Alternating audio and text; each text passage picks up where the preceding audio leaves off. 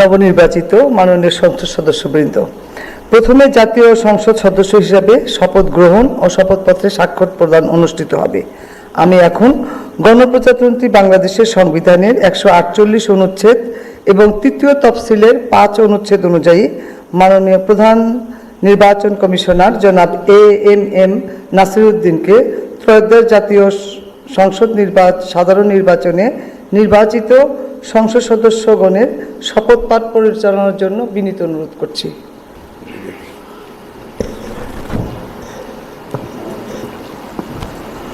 বিসমিল্লাহির রহমানির রহিম। ত্রয়োদশ জাতীয় সংসদের সাধারণ নির্বাচনে নির্বাচিত মাননীয় সদস্যবৃন্দ, আসসালামু আলাইকুম। আপনাদেরকে আন্তরিক অভিনন্দন।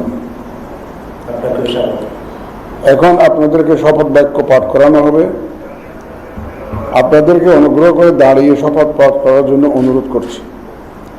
উল্লেখ্য যে আমি শব্দটি উচ্চারণের পর মাননীয় সংসদ সদস্যগণ ডট চিহ্নিত স্থানে নিজের নাম পাঠ করবেন। আমি সংসদ সদস্য নির্বাচিত হইয়া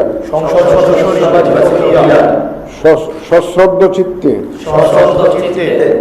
শপথ বা দৃঢ়ভাবে ঘোষণা করিতেছি যে আমি যে কর্তব্যভার গ্রহণ করিতে যাইতেছি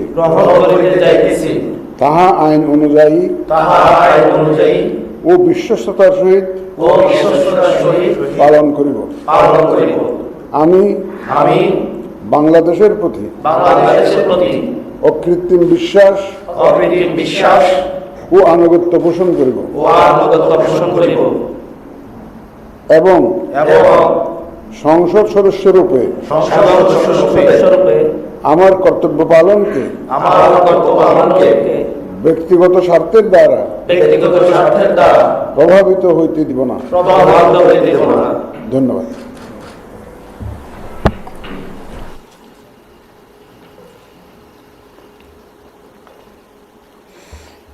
ধন্যবাদ মাননীয় প্রধান নির্বাচন কমিশনার জনাব এএমএম নাসিরউদ্দিন।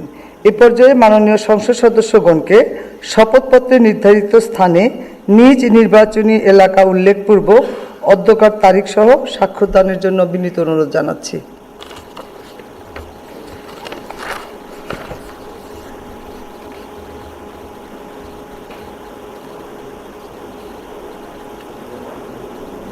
আশা করছি আমাদের মাননীয় সদস্যবৃন্দের স্বাক্ষর প্রদান শেষ হয়েছে।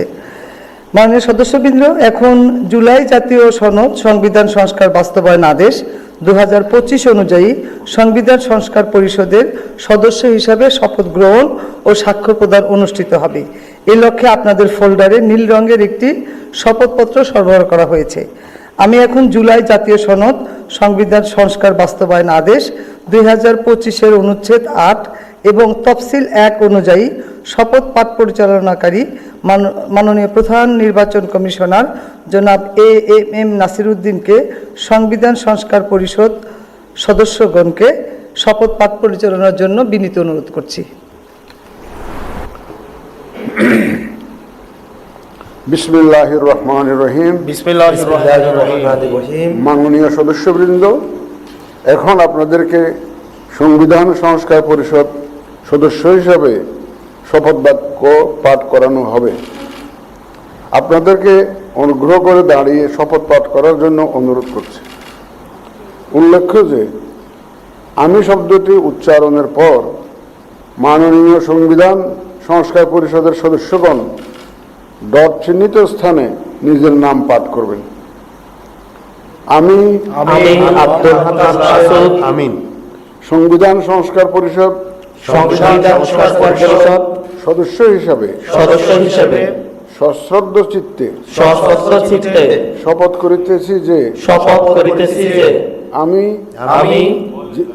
যে কর্তব্যভার গ্রহণ করিতে যাইতেছি তাহা আইন অনুযায়ী ও বিশ্বস্ততার সহিত পালন করিব।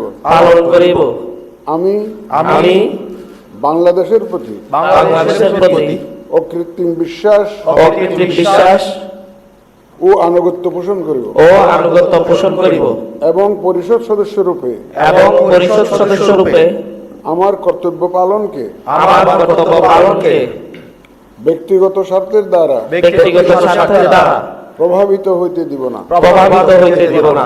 ধন্যবাদ। ধন্যবাদ। ধন্যবাদ মাননীয় প্রধান নির্বাচন